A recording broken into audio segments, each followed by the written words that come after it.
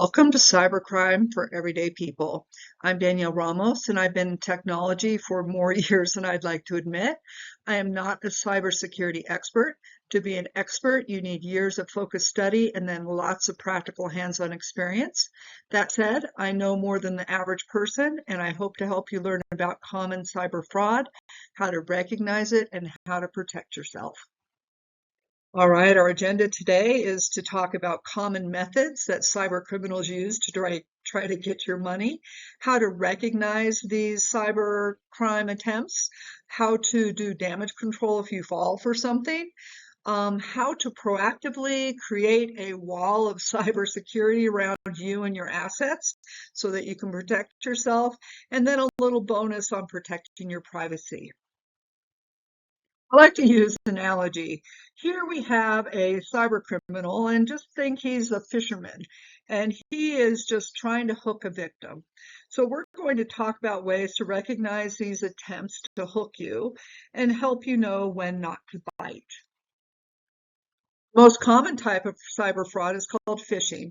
It's like a fisherman just throwing out a line with some bait on it and hoping some sucker will take the bait and be hooked. The goal of this cyber criminal is to get either money or information that allows him to get money from you. I'm sure that most of you have received some random text saying, for example, you need to contact a number about an IRS debt, or you need to click on a link to perform some urgent operation. And then when you call the number or click on the link, bam, you've opened yourself up to cyber fraud. So the bait is usually in the form of some electronic message like email, text message, or fake websites. You may also get approached by someone on the phone or even someone approaching you in person, but we're going to focus on the electronic bait. The hook, the thing that will allow him to reel you in, is in the form of something that will either download malware, malicious programs, onto your device, or take you to a fake website where you may disclose private information. This can be a link you click, an attachment you open, or a download you accept.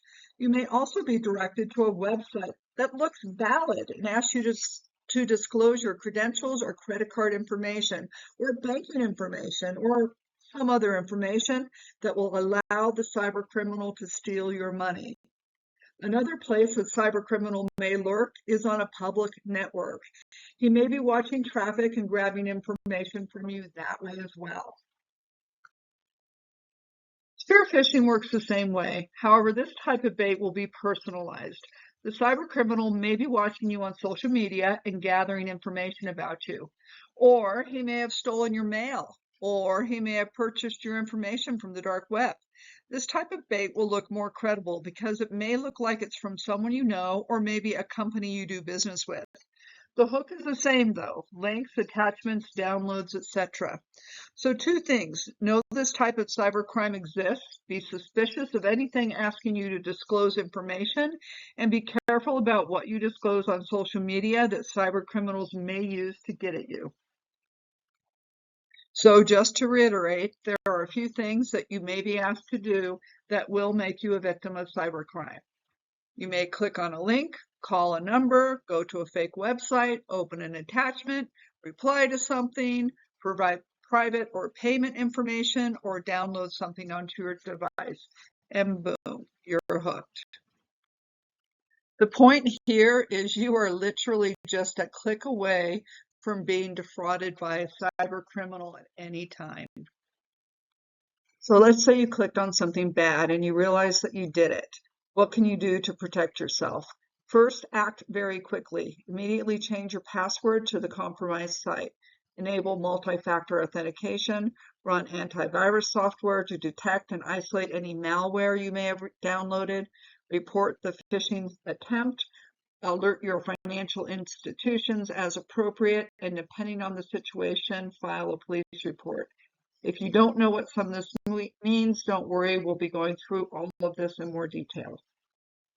Here are some real examples of phishing messages. You may even recognize some of these.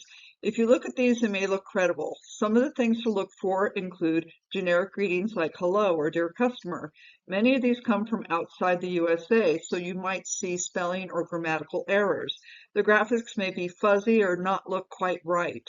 The email sender may look like one email address when you view it, but when you cursor over the address, you may see a weird address. The links you are asked to click may look strange, or like the email address, when you cursor over it, it is different and strange than what is displayed. Anytime you're asked for personal or financial data, you should immediately be suspicious. Let's look at a couple examples more closely. Well, let's take a look at this. This is a real phishing example. Do you see anything that might give it away? Well, let's see. Let's look at the sender. The sending email address looks a little suspicious. Let's look at the greeting. It's very generic. Let's look at the sense of urgency. That's something I may not have mentioned. Most phishing attempts are urgent requests for information or action. You're being requested for personal payment information. So if you click on this link, it will take you to a fake website and it will collect your login credentials and payment information, and bam, they've got you. Here's an email that looks like it's from a friend, Linda Martinez. In this example, the bad actor has included the name of someone you actually know. Maybe they got this from Facebook or some other social media. They have made it look like your friend is sending you something she recommends and wants you to click on a link to check it out. This is a phishing email that is intended to get you to click on a link that will take you to a fake sign-in page where you will enter your ID and password, and the website will record that information, and then the bad actor will use your credentials to impersonate you and conduct business and or steal your data. Do you see anything that indicates this is a cyber crime attempt? Well, things to notice. The sending email looks a little suspicious. Also, the receiving email looks a little suspicious. This also indicates a sense of urgency, always something to be aware of. And finally, the link itself looks suspicious. So a couple of questions to ask yourself. Would the person recommending this to you be likely to be involved in this sort of thing? Would this person give your name to a third party? Is the email for the person supposedly mentioning you their actual email? Does the overall situation feel suspicious? First, even if you believe that Linda would mention you and refer you to something, you should not click on the link from an email or a text. Always go to the site directly with a verified link. If anything is suspicious, then just delete it and move on with your day. You could also email or call Linda and ask her if she actually sent this to you. So here's kind of a checklist that you can go through to see what things you can do to build a nice cybersecurity wall around you to keep you safe. And I will go through most of these items, why they're important. And also in the deck, I will have a page for some of these that have options on commercially available options you may want to consider.